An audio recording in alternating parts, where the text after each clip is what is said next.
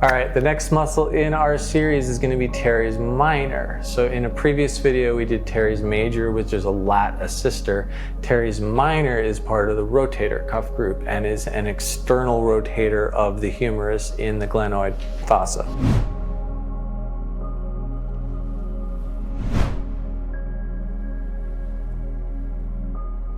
So like major, it runs all the way up the lateral edge of the scapula.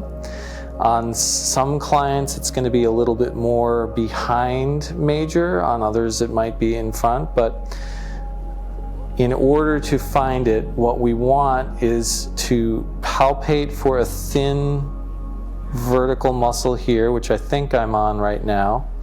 And if I'm not sure if I'm on it or not, or if I'm on a muscle but I'm not sure which one I'm on, I can actually have the client do the thing that the muscle is supposed to do. So this is an external rotator, and yes, I can feel the muscle fire right under my thumb, right in this space. And so we can fascially move right up through that and have you externally rotate a little bit and internally rotate a little bit and just back and forth.